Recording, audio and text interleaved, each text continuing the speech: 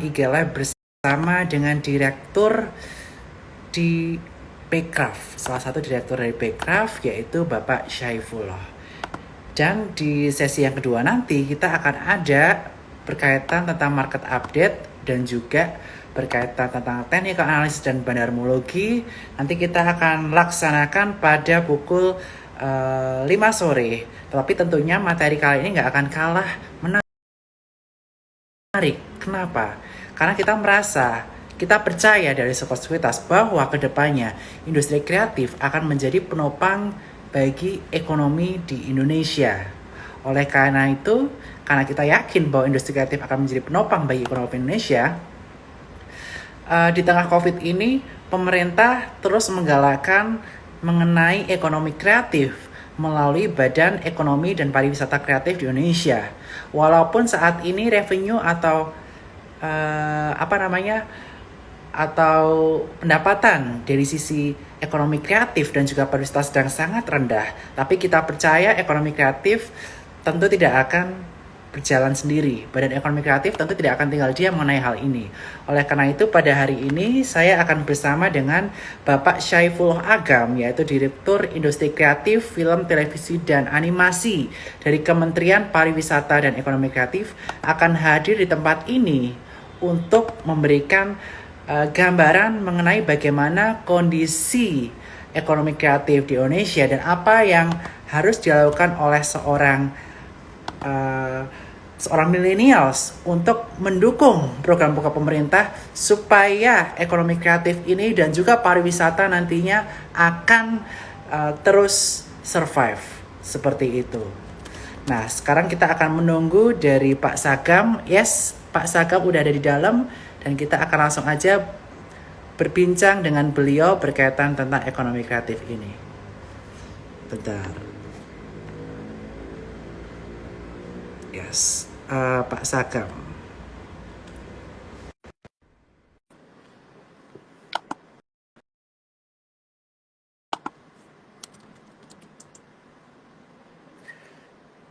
Ya, halo, selamat sore, Pak. Halo, selamat sore Mas. Pak Saifullah. Kabarnya belum terlihat nih, Pak Saifullah. Hah? Gambarnya belum terlihat. Kita menunggu-nunggu kehadiran Bapak Saifullah yang Ini udah merupakan ada sih seorang direktur. Gambarnya kelihaatan di kami, Pak Saifullah. Mungkin Bapak bisa exit dulu, login lagi, nanti akan kami invite, Pak. Oke, aku coba ya. Jadi yes, coba exit lagi, login lagi. Nah, udah Oke, kelihatan Pak sekarang. Apa kabar oke. Pak Saifullah? Halo, selamat. Alhamdulillah baik. Lagi di rumah nih Pak ya, work from home ya? Iya nih lagi biasa work from home. Yes. Work from home dan cuan from home ya Pak ya. Jadi betul-betul kita mengkombinasikan berkaitan tentang work from home, kita tetap harus produktif. Betul Pak Saifullah? Kayaknya lebih produktif sekarang. Oh Meetingnya iya lebih ya. banyak. Jadi karena kan kita dianggapnya masih di rumah, pasti lagi nggak ngapa-ngapain. Jadi meeting nggak bisa excuse, nggak bisa ngirim staff, harus hadir sendiri. Yes, yes. Kondisi di daerah Jadi rumah Bapak bagaimana Pak? Kondisi Bapak sehat enggak Pak saat ini? alhamdulillah kalau kita sehat karena kan kita patuh pada anjuran pemerintah. Cuma memang kadang-kadang banyak teman-teman atau masyarakat yang nggak patuh, akhirnya banyak yang keluar rumah dan banyak berkegiatan. Jadi kayak beda-beda dikit dengan situasi normal sih, agak aneh. Oke. Ya mudah-mudahan nanti kita segera pulih ya Pak kondisinya. Karena tentunya seperti kita ketahui ya Pak ya, COVID-19 ini telah melanda seluruh Indonesia. Dan tentunya hal tersebut berdampak pada industri kreatif. Di mana Bapak menjadi Pasti. direktur industri kreatif, film, televisi, dan animasi di Kemenparekraf. Nah, pandangan Bapak mengenai industri kreatif di tengah COVID-19 ini seperti apa Pak Saifullah? Gini, kalau aku ngelihat ya, ada 17 subsektor di dalam ekonomi kreatif. Yes. Kita udah melakukan survei, nanti mungkin saya bisa share hasil surveinya. Dari situ kita lihat sebarannya atau impact itu nggak rata, nggak sama antara subsektor lainnya. Jadi yang bisa diambil kesimpulan adalah subsektor yang sudah mengadopsi platform digital yang menerapkan less physical interaction itu malah gain dengan kondisi sekarang. Sementara sebaliknya subsektor yang lebih mengandalkan physical interaction, terus masih belum mengadopsi digital, itu impact-nya lumayan besar. Misalnya sebagai contoh ya, Oke. misalnya OTT, over the top itu, atau TV, atau animasi, game, itu justru game. Oh, Secara oke, oke, demandnya oke. meningkat. Bukan saya bilang nggak ada dampak, secara demand meningkat, memang ada pengecualian-pengecualian, nanti saya mungkin bisa cerita. Tapi kalau misalnya seperti fotografi, misalnya Iya, wedding photographer, itu banyak yang cancel semua, karena weddingnya sendiri di cancel, karena di postpone. Jadi yes, betul berimpact banget. eh, pada pendapatan justru di situ. Nah, yang paling yang agak juga parah itu adalah film. Film Hmm, itu kan bukan pekerja seninya loh. Kalau misalnya pekerja seni film, untuk switching antara jasa satu, misalnya dia disuruh karena nggak bisa keluar atau stay work from home, mereka bisa mungkin sebagai sutradara mulai nulis cerita, mulai dia belajar bagaimana melakukan eksperimen-eksperimen lain, atau membangun cari-cari skrip lain, tapi atau belajar profesi lain. Tapi kalau yang misalnya pekerja harian di film, itu nggak bisa switch loh.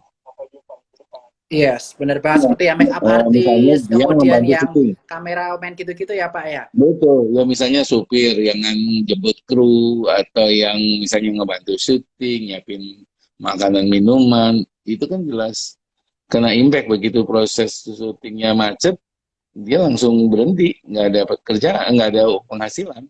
Yes, benar banget nih, Pak. Nah, kemudian Itu. strategi dari Kementerian Pariwisata dan Ekonomi Kreatif sendiri seperti apa, Pak? Supaya yang terkena dampak seperti industri perfilman, entertainment, dan juga industri-industri yang mereka perlu kru-krunya ya, Pak, terutama di perfilman itu, Hmm. supaya mereka bisa lebih kreatif lagi, lebih berinovasi lagi untuk mendapatkan pendapatan di tengah COVID-19 ini, Pak Saiful. Jadi gini, ya, di pemerintah sudah jelas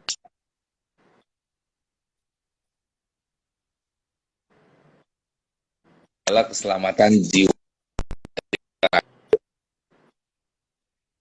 pekerja ekonomi kreatif atau pelaku ekonomi kreatif. Nah, ketika kita sudah mulai fokus, kita mulai aware terkait dengan apa sih COVID, bagaimana penularannya. Jadi kita udah mulai agak aware terkait dengan wabah ini. Nah, kemudian sekarang kan banyak orang yang dirumahkan atau di PHK atau punya job ya, misalnya dia sebagai freelance, job-jobnya itu banyak yang di cancel atau ditunda. Tentu untuk bertahan hidup kan nggak mungkin mengandalkan bantuan sosial. Kadang-kadang mungkin membuat mereka tersinggung karena mereka memang secara memang nggak begitu, karena mereka punya pekerjaan. Tapi eh, oleh karena itu, Presiden juga menghimbau untuk kita dari pemerintahan untuk memberikan program-program padat Oke. karya atau for work. Jadi secara mentality dia nggak merasa bahwa dia sebagai minta-minta, tapi dia melakukan profesinya dibayar. Cuma karena Betul. swasta itu lagi berhenti, nggak berani spending, akhirnya apa? APBN atau belanja negara atau pemerintah itu harus menjadi lokomotif untuk menarik gerbong Ya. ekonomi dulu ini sampai dengan masa recovery mulai, jadi swasta udah mulai bisa bergerak.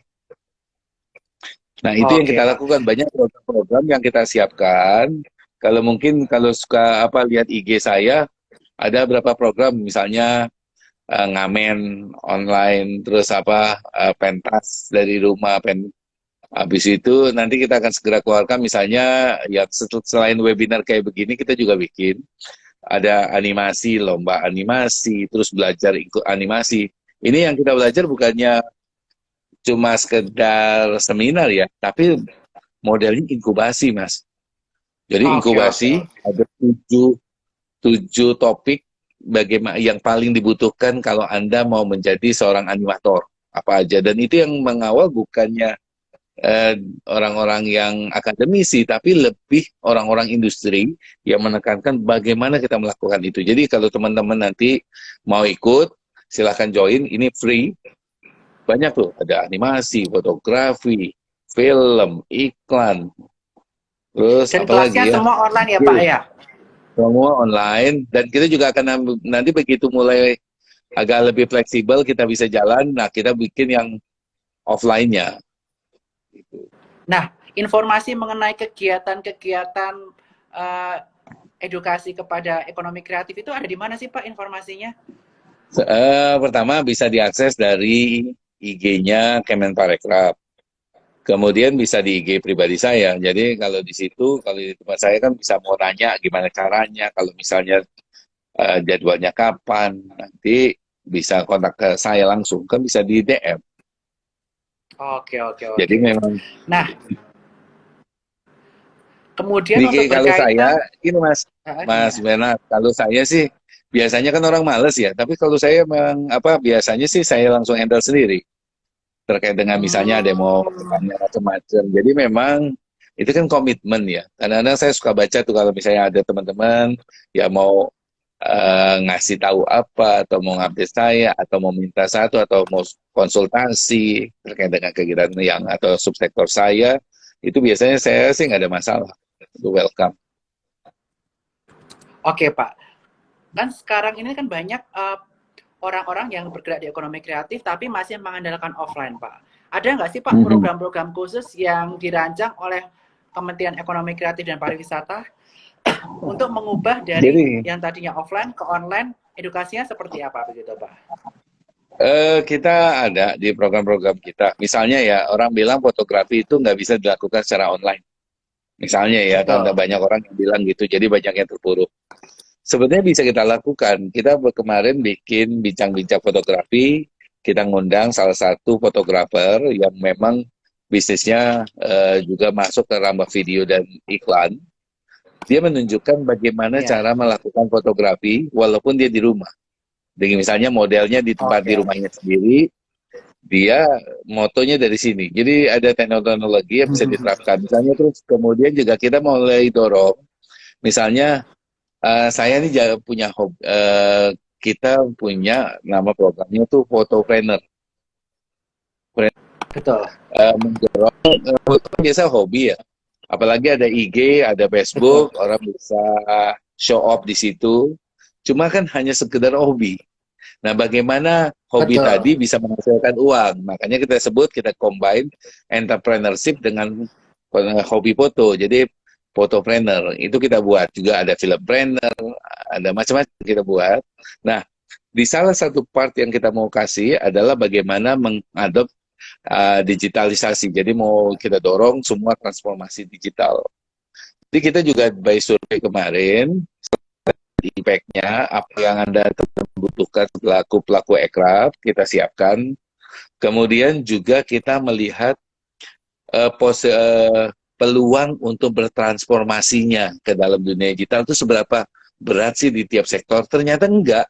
Semuanya bisa Yes. gitu untuk transformasi. Misalnya gini, kita mohon maaf ya kalau mungkin saya nyebut misalnya tukang ojek pangkalan.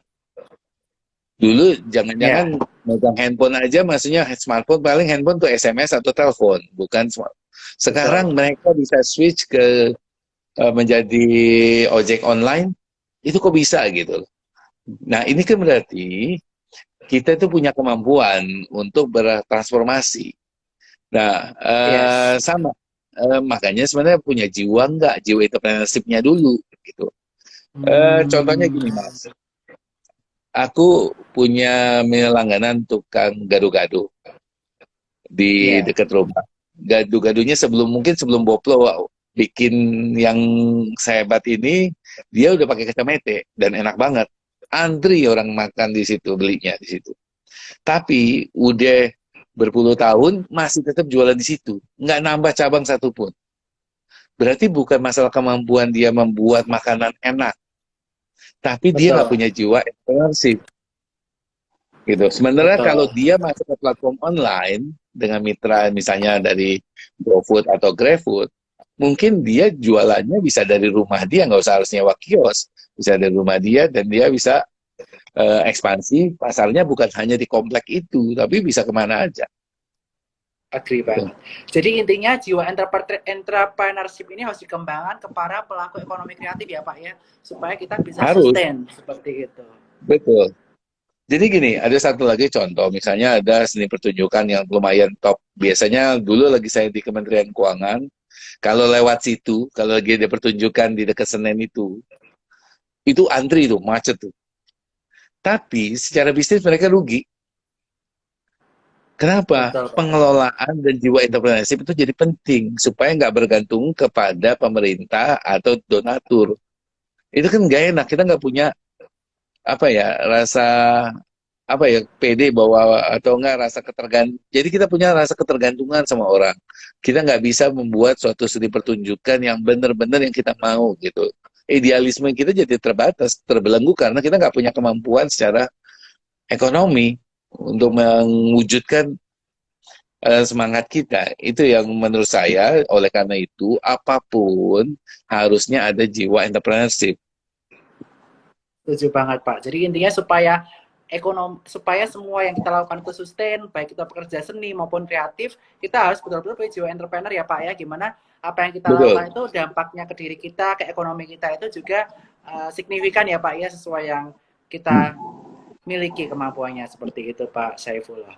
Nah, kemudian Pak Saifullah nih, dari pekerja seni yang di bawah bimbingan Backcraft ini Pak, kira-kira masukan apa sih kebanyakan yang mereka lakukan kepada Backcraft berkaitan tentang COVID ini? Ada nggak Pak masukan-masukan yang mereka sampaikan dari badan-badan itu ke Eh, ekonomi kreatif? Memang gini, ada beberapa yang minta di hasil survei saya kita itu mereka minta bagaimana cara misalnya semua sebenarnya sudah diatur sama pemerintah, misalnya minta keringanan pajak atau dikasih tax holiday, terus habis itu masalah restructuring dari pinjaman. Tapi itu kan semua yang kita kalau misalnya dan itu memang di luar kewenangan kita ya.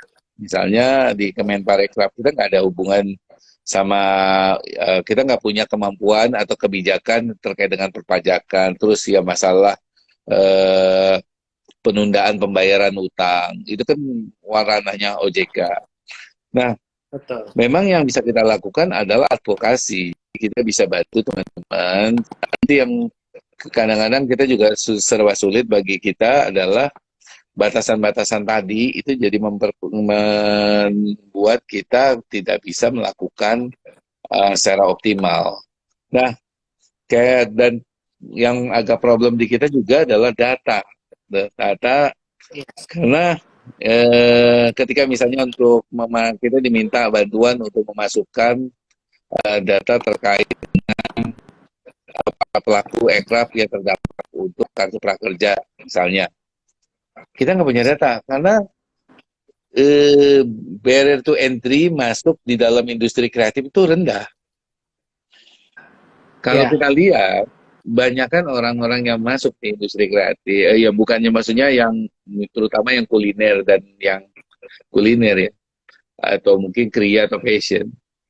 Eh, Ketika dia dipecat dari pekerjaannya atau di PHK, dia langsung jadi bisa jual bikin gorengan, jualan gorengan, atau mau jual apa martabak atau apa, atau beralih jadi bikin baju atau apa gitu.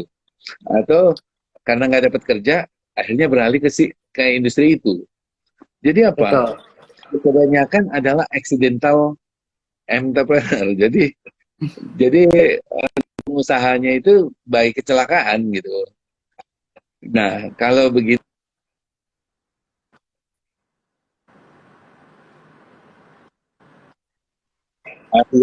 dari yang sangat lengkap, terus bagaimana mengelola laporan, membuat laporan keuangan, itu kan nggak susah gitu bagi mereka. Yang Betul. penting mereka itu bisa jualan, bisa berusaha dapat duit untuk masuk. Nah, ini yang harusnya kita bina. Makanya kalau kita bilang kan ada perbedaan antara UMKM sama UMKM Ekraf. Itu yang kita harus bina. Teman-teman itu harus kita bina, dia harus punya kemampuan finansial. Gimana sih mengelola uang? Karena kadang-kadang misalnya kita buka warung nih di rumah. Misalnya kan banyak nih, tetangganya buka Betul. warung, dia ikutan warung. Atau tetangganya bikin nasi uduk, dia ikutan bikin gitu ya. Akhirnya apa persaingan. Terus habis itu kalau anaknya misalnya minta jajan, diambilin dari warungnya. Nih, atau ada tamu datang ambil suguhan dari warungnya. Akhirnya apa? Dan itu nggak dicatat loh. Akhirnya apa? Iya. Barangnya habis, dagangannya habis, duitnya nggak kumpul. Akhirnya apa? Kesulitan tutup itu. Nah, seharusnya itu kan nggak boleh terjadi. Jadi harus ada bisa memisahkan. Jangankan laporan keuangan, membedakan antara uang pribadi dan uang usaha aja nggak bisa. Sampai begitu. Ya karena Oke. memang jadi entrepreneurnya atau jadi mereka terjun ke situ baik kecelakaan, bukan karena atau ikut-ikutan, bukan karena memang dia belajar dan dia udah siap baru dia buka. Nah, itu tugas Betul. pemerintah, makanya misalnya dari teman-teman di Kemenkop UMKM membantu mereka dan kita juga membantu. Nah, ketika mereka udah mulai settle, nah kuncinya di Ekraf itu core-nya adalah sebenarnya IP. Apa tuh IP? Oke. Hak kekayaan intelektual. Itu yang paling penting gitu. Nah, kita kadang-kadang nggak sadar mengenai hak kekayaan intelektual. Padahal itulah yang menentukan kenapa itu menjadi penting dan jadi bernilai tinggi. Oke. Nah, Pak Saifullah, saya kan waktu itu beberapa kali ikut eventnya ekonomi kreatif dan pariwisata ya Pak ya, Kementerian Pariwisata Iya, Ekonomi Kreatif. Dan kami dari Sukoskas amazed banget Pak, karena benar-benar dari Kementerian Pariwisata dan Ekonomi Kreatif telah membuat berbagai macam event untuk mengedukasi bagaimana anak muda memiliki jiwa entrepreneurship dan mereka ini bisa membuat laporan keuangan, membuat legal dokumen sampai hak cipta. Nah, dari sisi ekonomi kreatif sendiri, apakah ada program-program serupa yang bisa disampaikan ke teman-teman semua di tengah COVID ini yang bisa dilakukan secara online, Pak? Mulai dari pembuatan kita SOP segala macam. kalau kita online ada. Makanya sekarang beruntung ya. Aku berpikir sih ini yang disebut dengan new normal. Misalnya kalau dulu kan misalnya kayak kita bikin acara di Medan, terus kemudian Bandung. Betul. Yang ikut kan paling sekitaran Bandung doang. Paling di dekat kota-kota dekat-dekat Bandung. Tapi sekarang kita bikin online, lebih murah kosnya. Terus kita bisa jangkau teman-teman di seluruh Indonesia termasuk 3T. Terjauh, terluar, dan terisolasi. Nah, dengan Betul. gini kan mengubah mindset kita. Jadi kita ada juga kegiatan yang offline yang akan kita jalan. Jadi misalnya yang aku contohin aja, aku dengan teman-teman fotografi. Kita akan ngajarin bagaimana teman-teman itu selama 5 hari. Di suatu daerah itu 5 hari loh kita stay. Kita ngajarin bagaimana dia menjadi bisnismen di foto. Jadi untuk hidup di dalam dengan fotografi ya, bukan cuma hobi.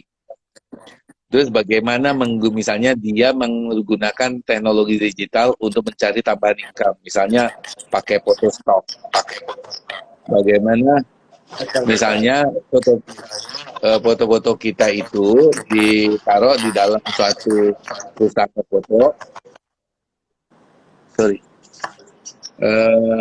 Gimana foto-foto kita itu ditaruh di dalam suatu dokumentasi digital yang orang bisa lihat kayak e-commerce untuk foto. Jadi orang ketika misalnya mau bikin iklan Betul. terkait dengan daerah Labuan Bajo, misalnya foto Labuan Bajo, dia bisa ngambil, bisa sewa, misalnya untuk bisa beli haknya untuk menggunakan foto tersebut. Nah ini jadi tambahan bagi teman-teman fotografi. Dan bukan hanya itu, banyak lagi yang bisa kita gunakan, bisa kita utilize itu. Kita akan running dan kita akan bikinkan mereka juga ada mentor yang akan stay, profesional fotografernya yang akan stay di daerah itu selama berapa bulan untuk membantu teman-teman untuk berinteraksi sehingga di daerah itu akan berkembang industrinya. Itu juga kita akan lakukan Yes. dengan misalnya Aku dengan teman-teman di View, misalnya. Kita punya View Pitching Forum dan View Shot. Kita, View Shot itu apa? Itu bukan model cuma workshop loh, Mas. Kita datang ke suatu Gimana? daerah, kita kumpulin, ada 20 negara daerah. Jadi tahun ini 20, sebelumnya 18 kota. Jadi kita datang ke suatu daerah, kita open call, biasanya tuh anak-anak SMA, STM, atau pekerja seni. Jadi ngumpul, masing-masing itu ngasih ide cerita. Masing-masing ngasih ide cerita. Nanti kita bahas rame-rame nih, ide cerita aja. Jadi semua peserta tambah satu berapa mentor, bahas ide apa yang akan kita mau bikin filmnya. Udah, misalnya film, biasanya Urban Legend, udah dapat filmnya ya. Terus nanti teman-teman itu yang disuruh bikin skrip, dibimbing sama Betul. profesional mentor. Dibikin skrip, sampai jadi skrip, syuting. Sutradaranya orang lokal, kameramennya orang lokal, kru pemainnya semua orang lokal. Kita pinjemin alat. Yes. View meminjamkan alat, sampai itu jadi syutingnya selesai, editingnya baru dilakukan oleh profesional. Karena itu akan ditayangkan di 20 negara di platform View. Akhirnya apa? Itu bukan sekedar kita belajar, misalnya kayak Mas ikut di acara saya, ikut kursus misalnya copywriter atau scriptwriter. Yes. Selesai itu mau ngapain? Habis itu mau kemana? Ini kan langsung difilmin. Nah, Betul. jadi acara ini, jadi teman-teman di situ, anak-anak muda tadi punya kemampuan untuk bikin film. Dia bisa gunakan handphone kalau nggak, misalnya nggak punya kamera, bisa gunakan handphone. Handphone kan sekarang kameranya paling canggih. Dia bisa bikin konten untuk YouTube channel, kan bisa. Jadi kemampuan tadi yang diberikan, dia bisa membuat konten-konten yang menarik terkait dengan daerahnya di dalam platform sosial media, YouTube, atau bahkan ikut film. Lakukan di 20 udah, jadi tahun ini 18 daerah kota.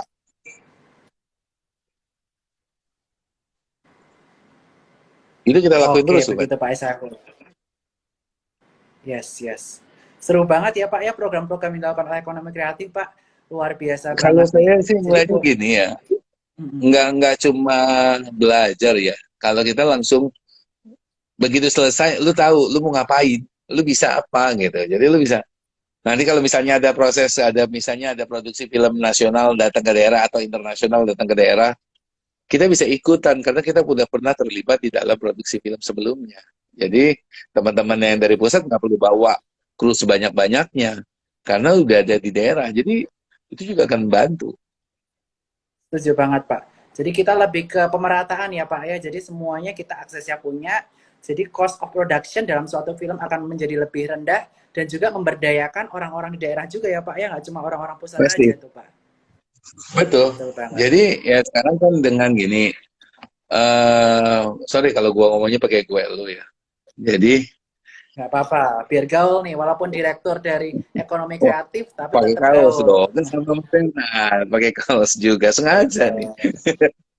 Jadi gini, Ber, orang kan nggak harus kaya jadi pengusaha, atau kalau jadi PNS seperti saya ini, malah kalau kaya nanti orang curiga nih, ngapain nih, dari mana nih? Padahal di dalam ketika saya memilih jabatan profesi itu kan nggak dikatakan kalau Anda jadi PNS tidak boleh jadi orang kaya, kan nggak ada. Jadi kan boleh-boleh aja kalau asal didapat dengan cara yang benar, iya nggak? Yang penting caranya. Betul. Nah, sekarang ini gini, kalau kita lihat Atta Halilintar, Ria Ricci, itu kan dia dapat keuntungan yang gede, dapat pendapatan yang sangat besar dari YouTube channel.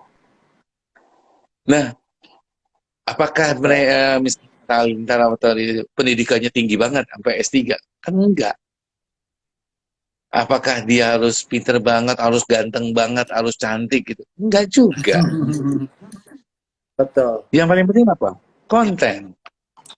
Akhirnya dengan kita bikin acara-acara di daerah tadi, kita teman-teman punya pengetahuan itu kan bisa ditularkan ke tempat lain. Bagaimana membuat konten-konten ke daerah yang menarik, yang bisa diangkat ke pusat atau global. Yes, yes, setuju Nah, banget, Pak. jadi Nah, itu yang nantinya berkaitan, bisa men-create. Hah? ya betul. Anak-anak muda Agak sulit nih putus-putus, cari Pak. kerja. Iya, kalau kita nggak kreatif. Putus-putus ya? Iya, iya, agak putus-putus.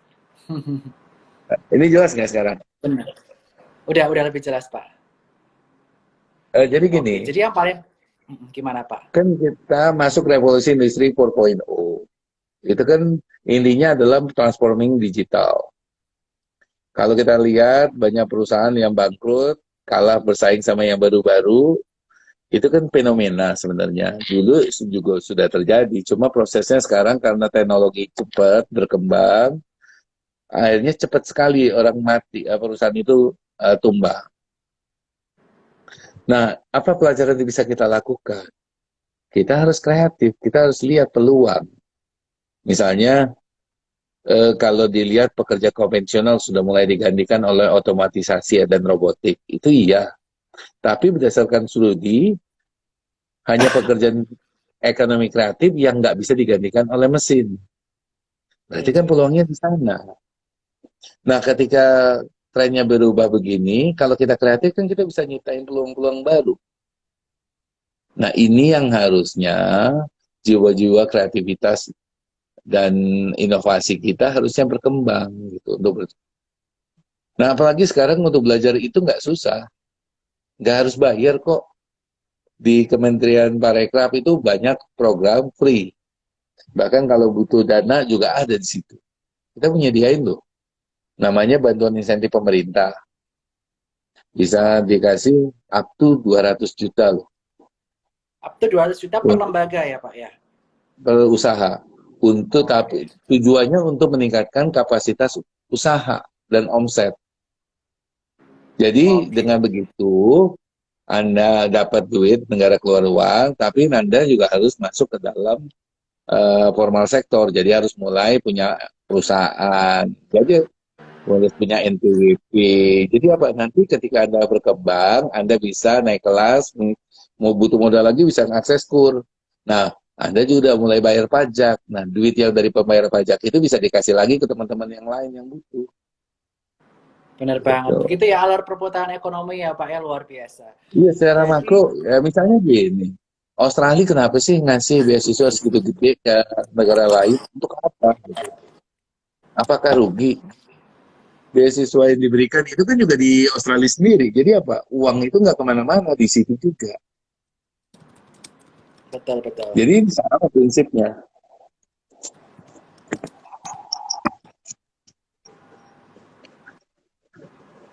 Nah, Pak Saifullah nih, kan teman-teman di kita ini yang followers sekuritas kan kebanyakan anak muda nih, Pak.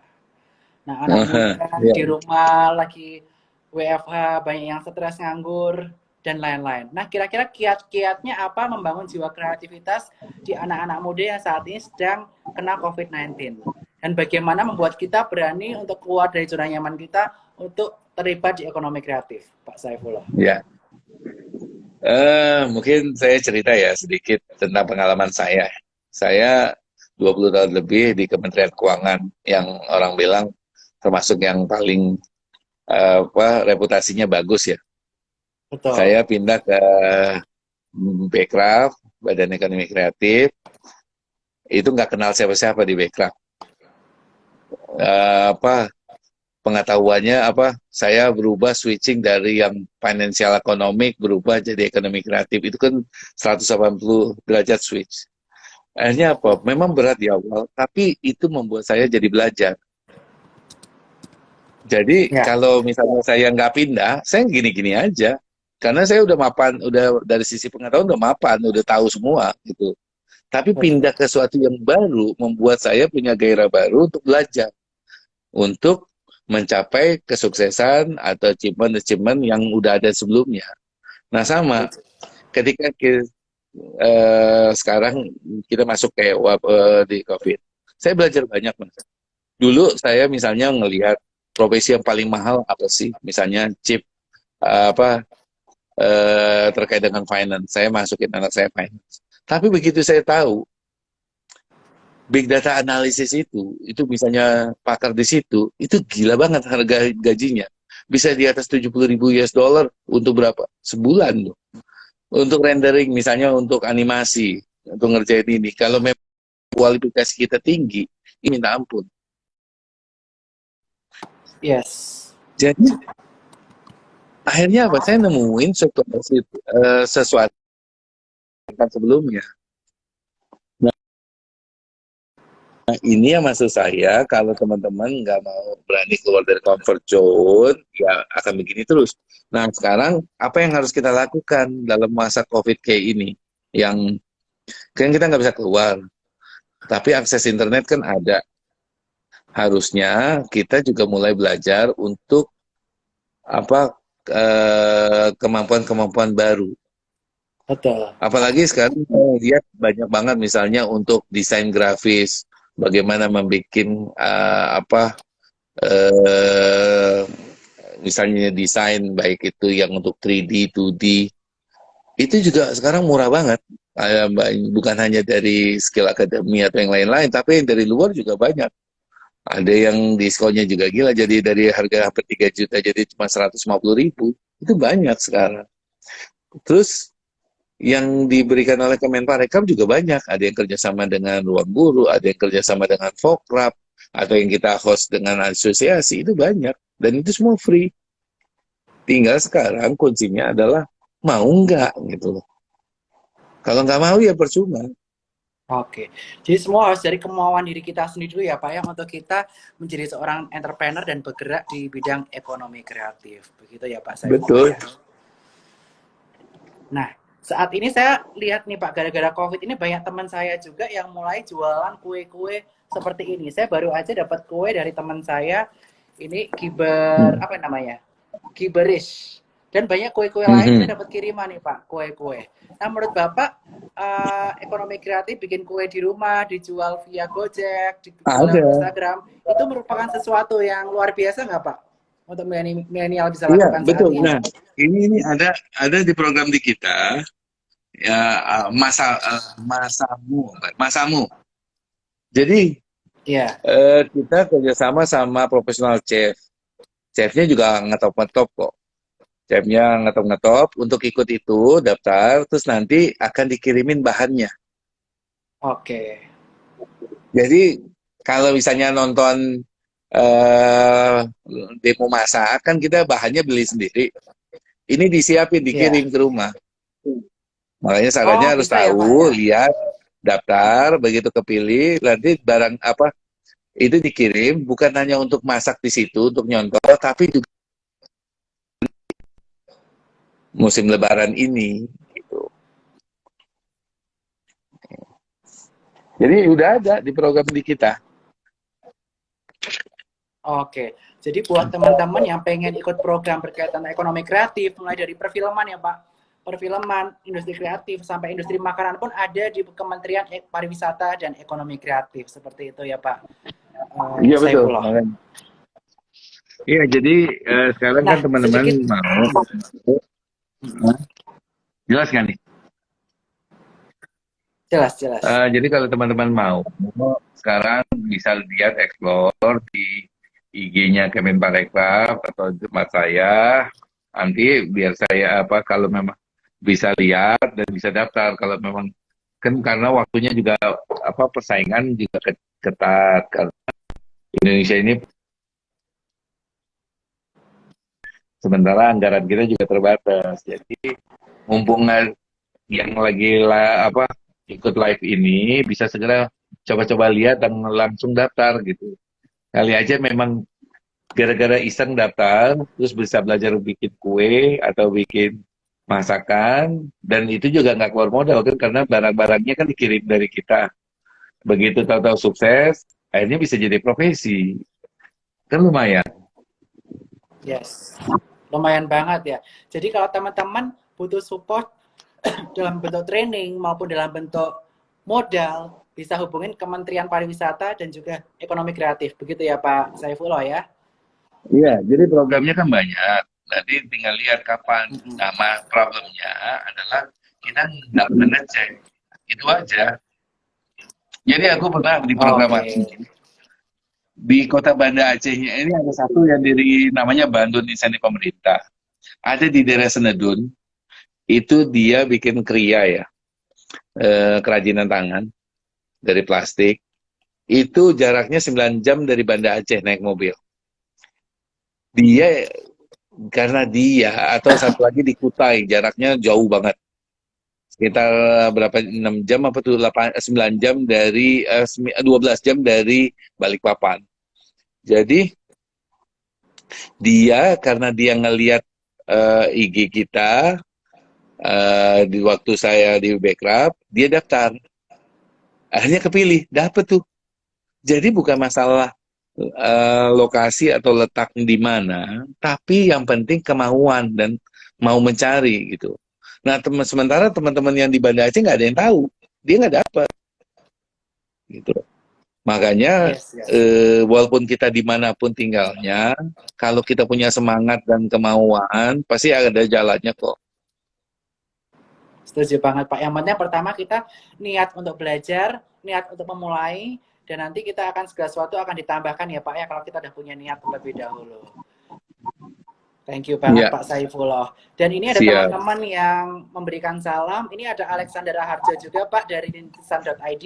Mungkin kedepannya Bapak bisa collab juga ya sama rintisan.id supaya orang-orang yang Udah, bergerak di bidang startup, di udah, bidang industri. Oh udah ya? udah. Bisa collab? Sama rintisan kan? Wah Oh, mantap. yang di Oke Indonesia Pak kan Saifullah. rintisan di Go Mhm. Startup Indonesia Ya, ya. Mas betul Bernard Pak. ikut, rintisan ikut. Wah, oke oke. Nah Pak Saifullah, mungkin kita kan IG Live-nya tinggal 10 menit lagi nih Pak.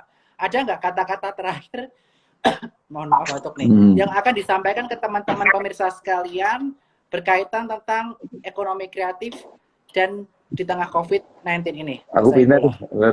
biar lebih sinyalnya lebih bagus nih. Oke Ah, Pak. gimana Mas?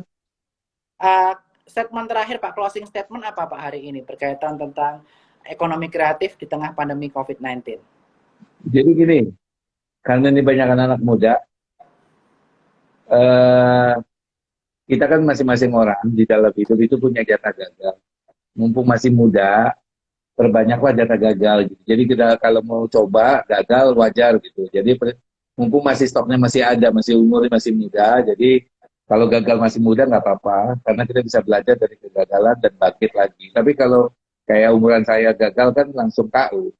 Jadi Agree mumpung banget. masih muda, jangan patah semangat. COVID ini berat, ya, tapi ingat bahwa bukan bukan kita doang yang kena, semua orang kena. Jadi kalau semua orang kena, ya nggak usah sesalin. Bukan salah kita juga. Nah, sekarang mumpung kita masih bisa berusaha keras, mumpung masih muda, banyak belajar, mungkin salah satu itu bisa menjadi pegangan kita atau profesi kita ke depan. Jadi harus jangan cepat putus asa dan gampang menyerah. Itu aja sih. Oke, sekali lagi terima kasih Pak Saifullah buat informasi yang sangat informatif. Dan jangan lupa follow Instagramnya Kementerian Pariwisata dan Ekonomi Kreatif ya Pak ya. Dan follow Ya, Instagramnya Pak Saifullah juga, supaya teman-teman mendapatkan update terbaru mengenai edukasi dan training dari Kementerian Ekonomi dan Kementerian Pariwisata dan Ekonomi Kreatif ya ya, Pak ya. Dan juga ada ya. bantuan-bantuan yang banyak disalurkan oleh Kementerian Pariwisata dan Ekonomi Kreatif. Jadi teman-teman bisa ajukan ke Pak Saifullah maupun ke Atau Kementerian mantu Ekonomi Pak. IG-nya aja. Karena nanti kan kita publish di IG. Nanti Ya. kalau memang ada kesulitan bisa nanya sama saya. Oke. Jadi jangan Udah lupa akses. follow Instagramnya Pak Saifullah aja nih. Di sini ada Instagramnya, di apa nama Instagramnya Pak? Sagam 07. Saya pula Instagram Agam 07. Sagam 07. Oke Pak, sekali lagi terima kasih buat Oke, waktunya Pak di thank you tengah ya. kesibukan, di tengah puasa. Semoga puasanya tetap lancar sampai hari Idul Fitri nanti Pak. Mudah-mudahan bisa Amin. berkumpul dengan berkeluarga dan juga sehat selalu. Terima kasih banyak Pak Oke, thank you Saifullah. ya, Terima Beb. kasih Yo, teman-teman. bye-bye, Kusma. Thank Mari you. sukses selalu Pak. Makasih. Oke, bye. Mari bye.